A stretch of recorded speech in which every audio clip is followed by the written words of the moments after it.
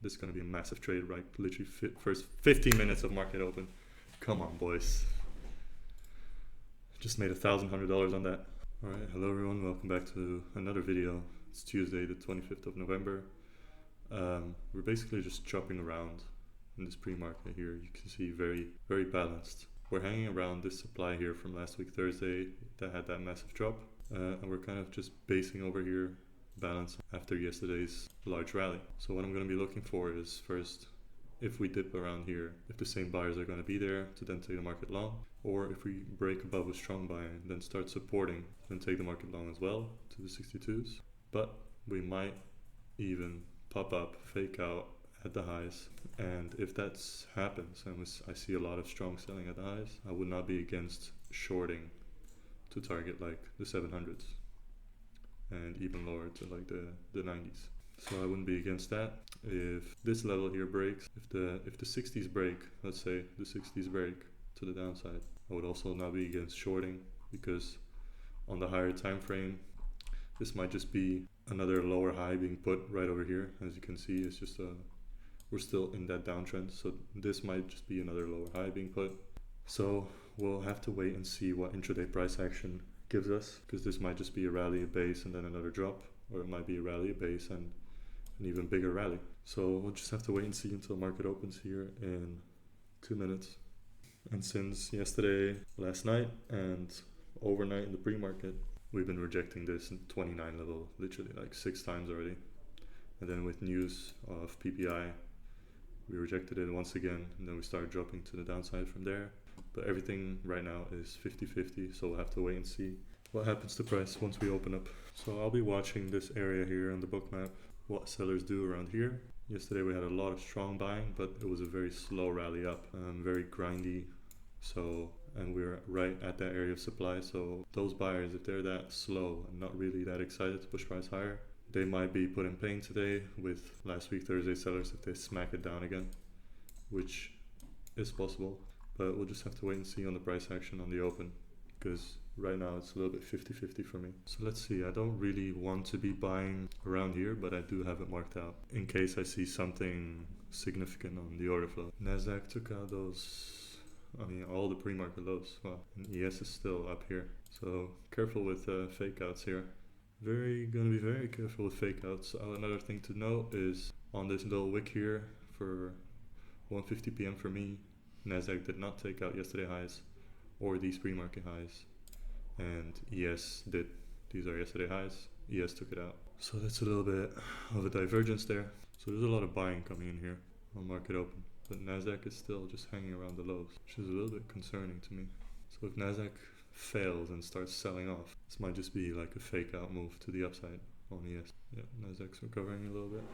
The reason I would not want to long on ES is we didn't even sweep out any lows from the pre-market, not even these lows. So I don't really like that. We kind of created like equal lows here.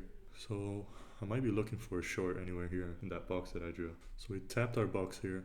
Some buying is kind of getting absorbed here at the highs. It's very weird that ES is grinding up and Nasdaq's still at those lows. So let's see if this buying here is going to get trapped. Overall, ES has been stronger than Nasdaq. Alright, so now we're deeper into our box here. Let's watch this a little bit closer.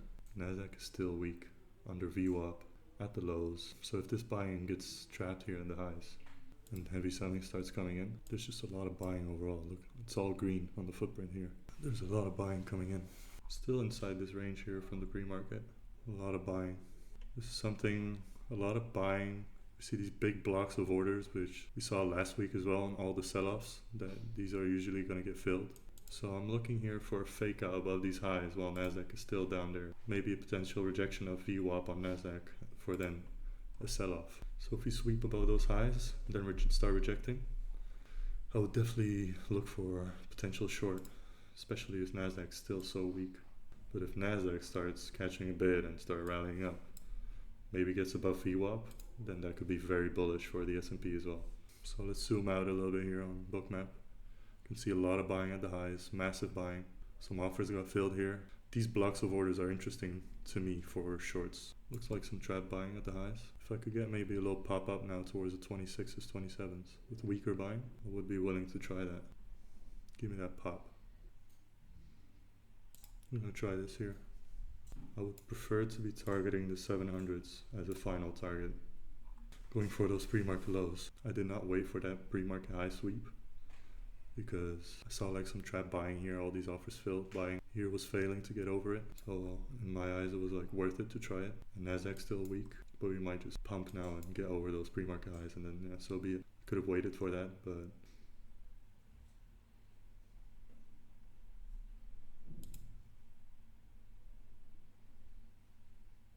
what I like as well for my targets is that these blocks of orders, like the past 2 weeks, in all the selling, I've been seeing these blocks of orders a lot on the bookmap, and they've been kind of acting as magnets for price to then fill, especially on sell-offs. So let's see this sell-off here. I'm in with 16 contracts, so I'm gonna be looking to take half off once we go like to the today's open, more or less. I'm gonna go and half my risk here. So I wanna see these orders fail and just act as more fuel to take the market down lower, especially if Nasdaq's selling off very hard.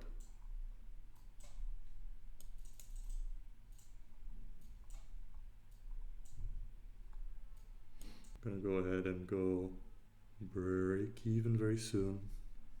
Yeah, I'm gonna go break even on this. I want to see this work out like straight away and have all these buyers trapped. So I want to see us flush under VWAP now to then take half of my trade. I mean, with 16 contracts, looking to take half off, so 8 off once we get like below this low here. I want to see this selling work out immediately and go for those bids at around the 15s. I'm gonna take half of my trade here at 10 points in profit, more or less. It's a little bit over 2R where I take half of my trade, so I'm up a little bit over 1R now. I have 8 contracts left. The rest of that I'm gonna be looking to take off around these lows, around the 6, 7, 10s, and then I'm gonna leave the rest for the 700s because Nasdaq's falling off a cliff right now. So I'm looking to scale it a little bit more around the 12s. Let's see what it does on the book map here. I want to see all this buying from market open. I want to see all of that fail. Nasdaq's still falling off a cliff. I'm going to take 4 more contracts off here. Alright, so let's zoom out a little bit now. We got more blocks of orders here around the 08s. And then it's definitely at the 700s. So I'm going to keep my orders here. I'm going to be ready to take 2 more off if the selling here continues. This is a massive trade here, straight from market open. Let's go, come on. 2 more contracts off here, and my final target is 700s. I'm leaving this now for the 700s. I want to see the 700s fill now. I'm gonna put it right above the 700s because those bids can always give a reaction, but I do think they're gonna fill. Or actually, I'm gonna put it below, see what reaction it gives, and I'm gonna be ready to go out of it manually. Let's see what Nasdaq is doing. Still falling off a cliff. The selling is very heavy.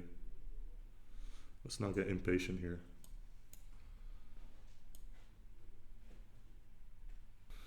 Alright, so I want to see the reaction, what it gives around the 700s, but it's not really... I am interested to see like what it would do around this area here of the 94s. Then we're looking to take another contract off here now at the 700s, and I want to see it keep continuing lower at the 94s, which is a low volume node of yesterday, but the selling is very heavy right now.